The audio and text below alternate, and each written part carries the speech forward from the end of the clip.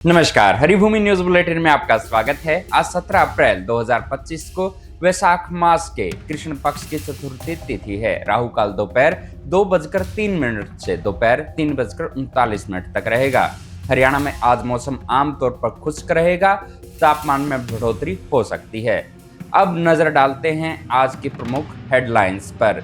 America ने चीन पर अब लगाया 245% रेसिप्रोकल टैरिफ। चीन ने लगाया है 125%। अमेरिकी उपराष्ट्रपति जेडी वेंस अपनी पत्नी उषा के साथ अगले सप्ताह भारत आएंगे। प्रधानमंत्री मोदी से मिलेंगे। अमेरिकी राष्ट्रपति ट्रंप ने हार्वर्ड यूनिवर्सिटी को बताया मजाक। टीचर्स को मूर्ख, रोकी थी 18,000 करोड़ रुपए की ग्रांट। पाकिस्तान में इजरायली विरोधी प्रदर्शनकारियों ने अमेरिकी कंपनी KFC आउटलेट पर धावा बोला। एक कर्मचारी की हत्या। दुबई की बेकरी में पाकिस्तानी ने तलवार से 2 भारतीयों की हत्या की। धार्मिक नारे भी लगाए। नए वक्फ कानून पर रोक से सुप्रीम कोर्ट का इनकार। केंद्र से मांगा कई मुद्दों पर जवाब। सुप्रीम कोर्ट ने कहा उर्दू भारत की भाषा, हिंदी भी इसके बिना अधूरी। उर्दू बोर्ड से नहीं हटेगी। सुप्रीम कोर्ट के नए चीफ जस्टिस होंगे justice BR Gavai. Chief justice बनने वाले दूसरे दलित होंगे। पश्चिम बंगाल में ममता बनर्जी बोली यूपी के CM योगी सबसे बड़े भोगी, भाजपा ने करवाए दंगे। गुजरात में कांग्रेस को मजबूत करने का राहुल गांधी ने दिया फॉर्मूला। जिला अध्यक्ष को देंगे ज्यादा शक्तियां। कांग्रेस ने पूरे देश में ईडी के खिलाफ किए प्रदर्शन। सोनिया व राहुल गांधी के खिलाफ चार्जशीट का विरोध। गृह मंत्री अमित शाह का भतीजा बनकर 4 करोड़ की ठगी, कोर्ट ने नहीं दी जमानत। हरियाणा के मंत्री का फोन नहीं उठाया तो अनिल विज ने SC को किया सस्पेंड, दिल्ली ऑफिस किया अटैच। हरियाणा के मंत्री श्याम सिंह राणा को वकील ने भेजा 1 करोड़ रुपए का मानहानि का नोटिस, गुंडा कहा था। हरियाणा के कैथल में पत्नी की ईंट मारकर हत्या की। 8 महीने के मासूम बच्चे को भी गला दबाकर मार डाला। अब खबरें विस्तार से।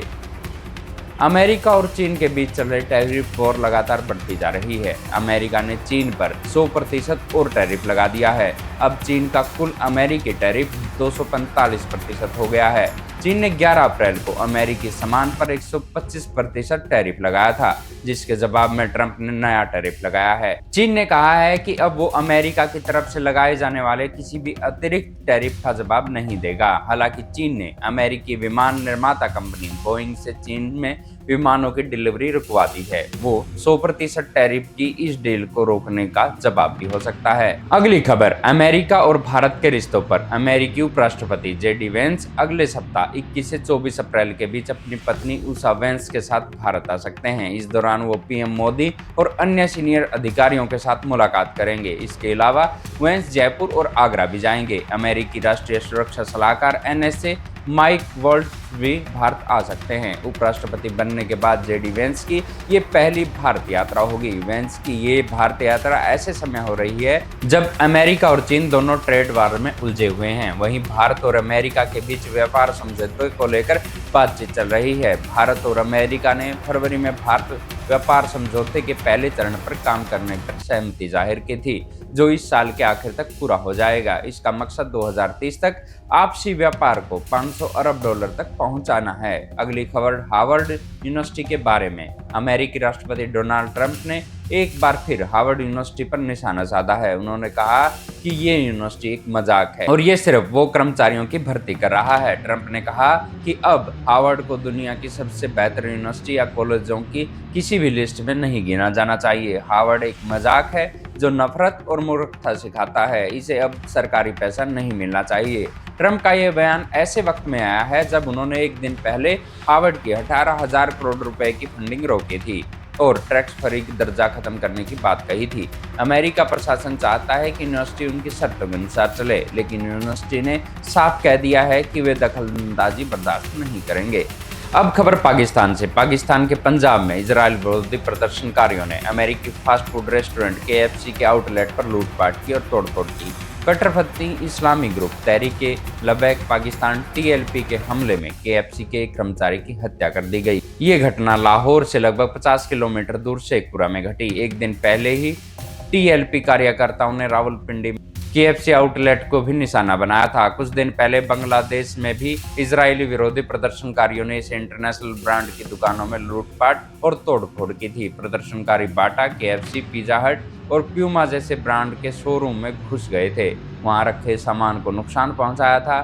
माना जा रहा है कि ये हिंसा उन फेक न्यूज के चलते फैली जिसमें दावा किया गया था कि ये कंपनियां इजराइल से जुड़ी हुई है। पूरी दुनिया में फिलिस्तीन के समर्थन में लोग खड़े हो रहे हैं। वहीं दुबई की एक बेकरी में एक पाकिस्तानी ने तलवार से हमला कर 2 भारतीयों की हत्या कर दी है। हमला करते हुए पाकिस्तानी शख्स ने धार्मिक नारे भी लगाए। दोनों मृतक तेलंगाना के रहने वाले हैं। दुबई की बेकरी में काम करते थे। एक मृतक का नाम प्रेम सागर था जो निर्मल जिले के सोआन गांव का रहने वाला था। दूसरे मृतक की पहचान निजामाबाद जिले के श्रीनिवास के तौर पर हुई है। वहीं हमले में तीसरा शख्स घायल हुआ है। उसे इलाज के लिए अस्पताल में भर्ती कराया गया है।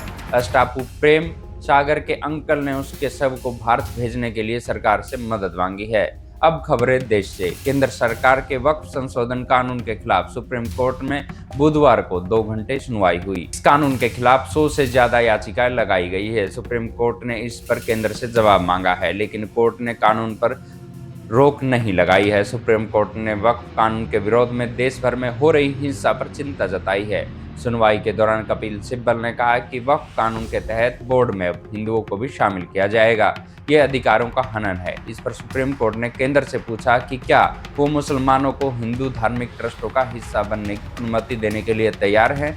हिंदुओं के दान कानून के मुताबिक कोई भी भारी बोर्ड का हिस्सा नहीं हो सकता। केंद्र की ओर से solicitor general Tushar Mehta case की पैरवी कर रहे हैं। वहीं कानून के खिलाफ कपिल सिब्बल, राजीव धवन, अभिषेक मनु सिंघवी, सीयू सिंह दलीलें रख रहे हैं। सुप्रीम कोर्ट अब गुरुवार 2 बजे सुनवाई करेगा। वहीं सुप्रीम कोर्ट से एक और बड़ी खबर। सुप्रीम कोर्ट ने महाराष्ट्र के अकोला जिले के पाटोर नगर परिषद के बोर्ड पर मराठी के साथ उर्दू भाषा के उपयोग को चुनौती देने वाली याचिका को खारिज कर दिया है। कोर्ट ने सख्त टिप्पणी करते हुए कहा कि भाषा का धर्म नहीं होता और उर्दू को केवल मुसलमानों की भाषा मानना सच्चाई और भारत की विविधता की एक दुर्भाग्यपूर्ण गलतफहमी है। ये याचिका पूर्व नगर सेविका वर्षाताई संजय बगाड़े ने दायर की थी, जिसमें कहा गया था कि नगर परिषद का कार्य केवल मराठी में ही हो सकता है और उर्दू का उपयोग बोर्ड पर नहीं होना चाहिए। कोर्ट ने कहा, हकीकत यह है कि हिंदी भाषा का दैनिक उपयोग भी उर्दू के शब्दों के बिना अधूरा है। खुद हिंदी शब्द भी फारसी शब्द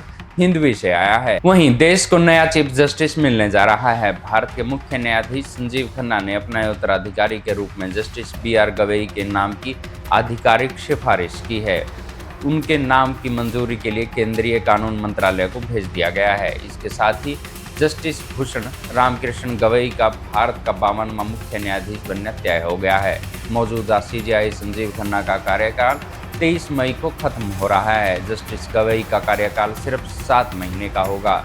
उनकी रिटायरमेंट की तारीख 23 नवंबर 2025 है। 1960 में महाराष्ट्र के अमरावती में जन्मे जस्टिस गवई दलित समुदाय से दूसरे चीफ जस्टिस होंगे। उन्होंने राम जन्मभूमि और राफेल डील जैसे ऐतिहासिक फैसले सुनाए हैं। अब खबर पश्चिमी बंगाल से। इमामों की सभा में पश्चिम बंगाल की मुख्यमंत्री ममता बनर्जी ने यूपी के CM योगी आदित्यनाथ पर बड़ा हमला बोला। उन्होंने कहा कि योगी बड़ी बड़ी बातें करते हैं, वो सबसे बड़े भोगी हैं। महाकुंभ में कई लोगों की जान चली गई। उत्तर प्रदेश में मुठभेड़ों में कई लोग मारे गए। योगी लोगों को रैलियां नहीं निकालने देते। वक्फ संशोधन कानून के खिलाफ हुई हिंसा में उन्होंने कहा कि मुर्शिदाबाद में हुआ दंगा प्री प्लान्ड था। इसमें भाजपा, BSF और सेंट्रल एजेंसियों की मिलीभगत थी। बांग्लादेशी घुसपैठियों को भारत में बुलाकर ये दंगे करवाए गए। दरअसल CM योगी ने मंगलवार को बंगाल में हिंसा में कहा था कि बंगाल चल रहा है और मुख्यमंत्री चुप है। वो दंगाइयों को शांति दूत कह रही है, लातों के भूत बातों से नहीं मानने वाले।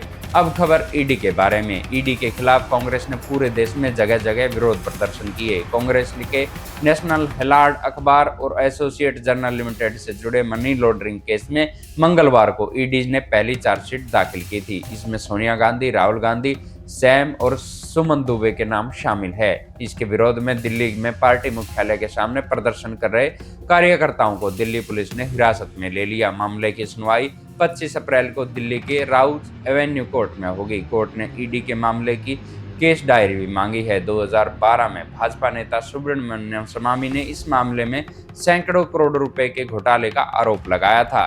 अब खबर गुजरात से। कांग्रेस नेता राहुल गांधी गुजरात में पार्टी को नए सिरे से तैयार कर रहे हैं।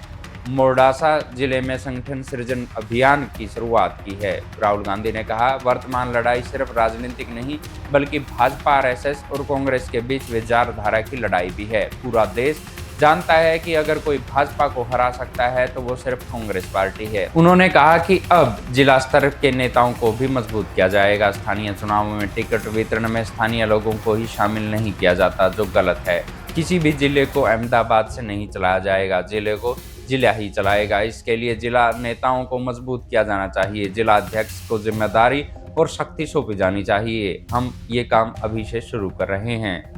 वहीं दिल्ली की पटियाला हाउस कोर्ट ने एक हाई प्रोफाइल ठगी के मामले में आरोपी अजय कुमार नैयर की जमानत याचिका को खारिज कर दिया है। नैयर पर आरोप है कि उसने खुद को केंद्रीय गृह मंत्री अमित शाह का भतीजा बताकर एक कारोबारी से 3 करोड़ 90 लाख रुपए ठगे हैं। आरोपी 10 नवंबर 2021 से न्यायिक हिरासत में है। आरोपी ने खुद को केंद्रीय गृह मंत्री का भतीजा बताकर शिकायतकर्ता को राष्ट्रपति भवन के नवीनीकरण के लिए 90 करोड़ रुपए का टेंडर दिलवाने का झांसा दिया और इसके बदले शिकायतकर्ता से नगद और आरटीजीएस के माध्यम से 3 करोड़ 90 लाख रुपए लिए।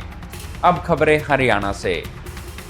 हरियाणा में शिक्षा मंत्री महिपाल डांडा का फोन न उठाना अधिकारी को महंगा पड़ गया। दक्षिणी हरियाणा बिजली वितरण निगम लिमिटेड में जींद सर्कल के एससी को बिजली मंत्री अनिल विज ने सस्पेंड कर दिया है। डांडा ने बिजली मंत्री अनिल विज को एससी की शिकायत दी थी। अनिल विज ने शिकायत मिलते ही एससी हरिदत्त को दिल्ली के में चीफ इंजीनियर ऑफिस के साथ अटैच कर दिया है।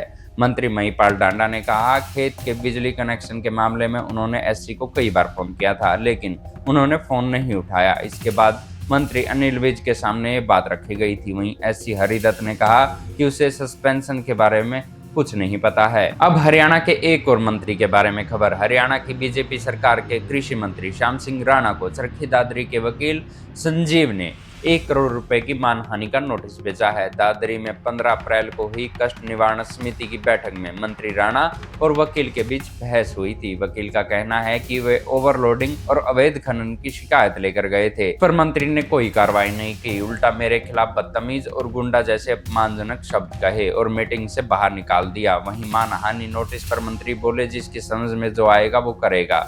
अब खबर कैथल से। घरेलू क्लेश के चलते ब्रोट गांव के अजय ने अपनी पत्नी के सर में ईंट मारकर हत्या कर दी। 8 महीने के बच्चे को भी गला दबाकर मार डाला।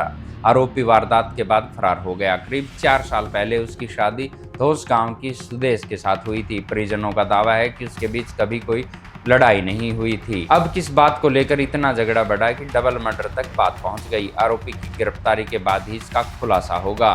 ऐसी ही खबरों से जुड़े रहने के लिए देखते रहिए हरिभूमि टीवी। और अगर खबरों को विस्तार से जानना है तो हरिभूमि अखबार पढ़ें या हरिभूमि की वेबसाइट पर जाएं।